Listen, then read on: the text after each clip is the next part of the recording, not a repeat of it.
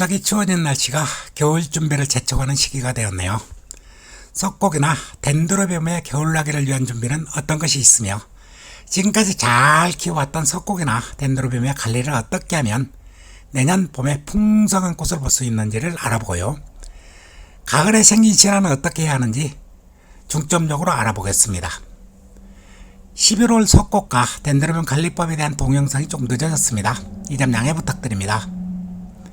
이번 달 영상은 지금은 꽃이 거의 없는 계절이라 영상미를 위해서 지난 봄과 여름에 피었던 꽃과 신화를 중간중간 삽입하겠습니다.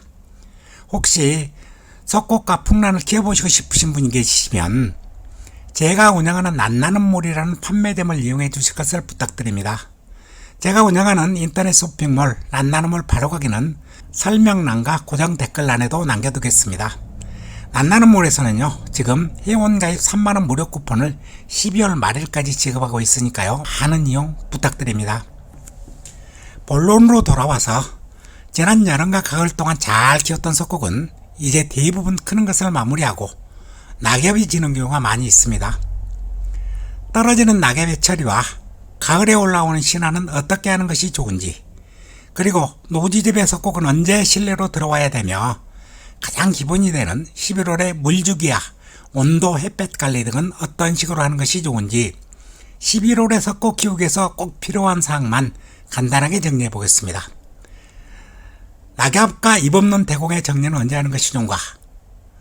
사람마다 성향이 달라서요, 낙엽이 져가는 것을 좋아하시는 분도 있고 낙엽이 떨어지지 않고 대공에 붙어있는 모습이 신경 쓰여 하시는 분도 있어서 본인의 성향에 맞추어서 관리하시면 되지만요, 원칙적인 사항은 낙엽은 대공에 붙어있을 때 보기 싫다고 미리 떼어내는 것보다는 떨어진 후에 집어내는 것이 좋답니다.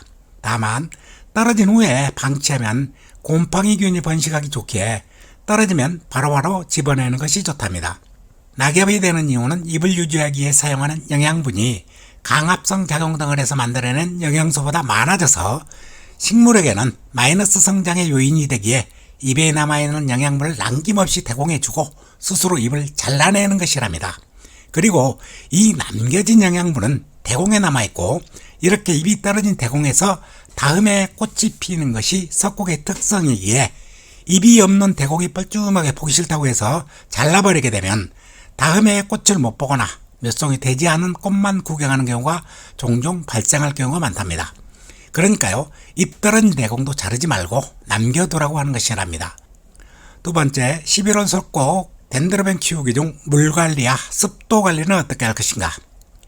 여름과 가을에 걸쳐서 왕성하게 자라던 잎은 가을 단풍을 보여주고 한 해의 성장을 마감하는 시기입니다. 성장을 마감하는 시기에 그동안 충분하게 물을 주어 분 속의 습도를 유지했다면 11월에는 물주기를 줄이고 분 속에 좀 더 건조하게 관리해야 하는 시기랍니다. 평소보다 물 주는 주기를 길게 잡고 물의 양도 줄여서 11월 초에는 성장기의 약 2분의 1 정도로, 그리고 후반부로 갈수록 약 4분의 1 정도로 줄여주는 것이 좋답니다.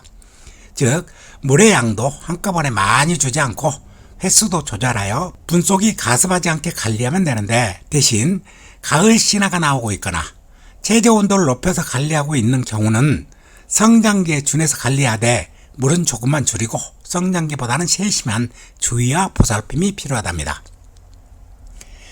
내용정에 도움이 되셨다면 좋아요 한번 눌러주시고요. 앞으로 새로운 소식이 궁금하시다면 구독 버튼을 꾹 눌러서 구독 중으로 만들어주시면 감사하겠습니다. 세 번째, 11월 석고 기르기 중 온도 관리는 어떻게 할 것인가? 북쪽에서 발달하는 찬 고기압 영향으로 11월에는 급작스러운 한파가 닥치는 경우가 많은 시기이기에 최저기온의 변화에 항상 관심을 기울여야 하는 시기입니다. 8월경에 입동과 22일경에 소설 등이 들어있어 늦가을의 정치를 감상함과 동시에 겨울이 들어있는 시기이기에 혹 10월 말경에 노지집의 석고를 안쪽으로 옮기지 못한 상태라면 빨리 실내로 이동하여 월동 준비를 해야 하는 시기랍니다. 특히 올해의 겨울은 온도의 변화가 극심해서 갑자기 심한 추위가 오는 경우가 많을 것이라는 예보가 있으니까요, 늘 일기예보에 관심을 두시는 것이 좋답니다. 네 번째, 노지재배 종료 시점은 언제로 할 것인가? 한 번 더 언급해서요, 실외에서 재배하던 석곡을 실내로 옮겨서 재배하는 시기는 10월의 석곡관리에서 언급하였듯이 재배자의 재배 성향과 재배 지역, 재배 품종에 따라서 조금씩 차이는 있지만 서리가 내린다는 상강을 기준점으로 잡아 무늬적인 여배품이 재배 품종에 줄을 이룰 경우 겨울 동안의 잎유지를 위해 첫서리가 내리기 직전에 실내 재배를 시작하는 경우와 꽃을 피우는 하회품이 줄을 이루거나 진하게 물들어가는 단풍을 구경하기 위해서는 약한 서리를 한번 살짝 맞고 실내로 이동시켜 재배하시면 되고요.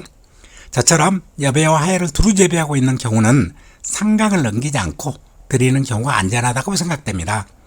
만약에 24절기에 민감하지 않으신 경우에는 기준점은 잎을 많이 떨구지 않고 잎의 구경이 주가 되는 여배품의 경우 노지대회의 끝은 벚나무의 단풍이 들기 시작하면 바로 옮기고 하회품의 경우 은행잎이 물들거나 은행잎이 떨어지기 시작하면 실내로 옮기면 된답니다.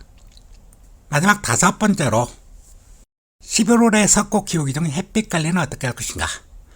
10월에 비해서 11월은 일조량이 부족하기에 재배자의 환경에 취할 수 있는 가능한 모든 햇빛을 충분하게 쏘여주는 것이 좋답니다.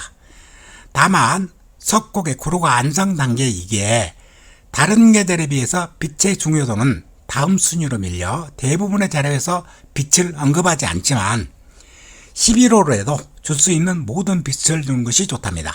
단 빛과 온도 중 두 가지 중에 하나를 골라야 할 경우 온도에 중점을 두는 것이 우선이라는 것을 반드시 염두에 두시기 바랍니다. 감사합니다. 지금까지 11월의 석곡 덴드로비움의 관리에 대해서 말씀드렸는데 혹 궁금하신 점이 있으시면 댓글 남겨주시면 성심성의껏 알려드리겠습니다. 영상 끝까지 시청해주셔서 감사하고요. 지금까지 오키드TV와 석곡과 풍란 판매물인 난나눔몰을 운영하고 있는 난나눔이었습니다.